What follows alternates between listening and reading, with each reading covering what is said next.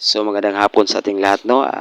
Ito po tayo sa kumuha tayo ng buko at tayo lagyan natin to ng gatas.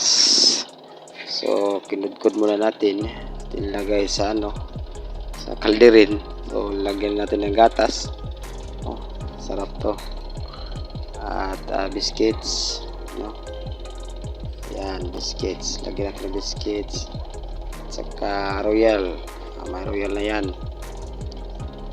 Ayan.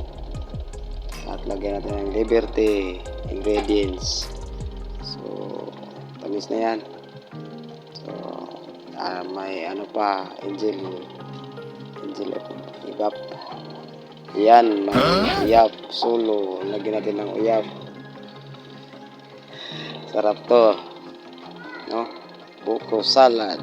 Ito na po. Lagyan natin ng basura. Tapos pagkatapos nito ay ibigay natin sa baboy. Bahog na to sa baboy kakama para tambok ang baboy o maura to. Butang na ito uyap sa sekreto para ang baboy bugat. Bye bye.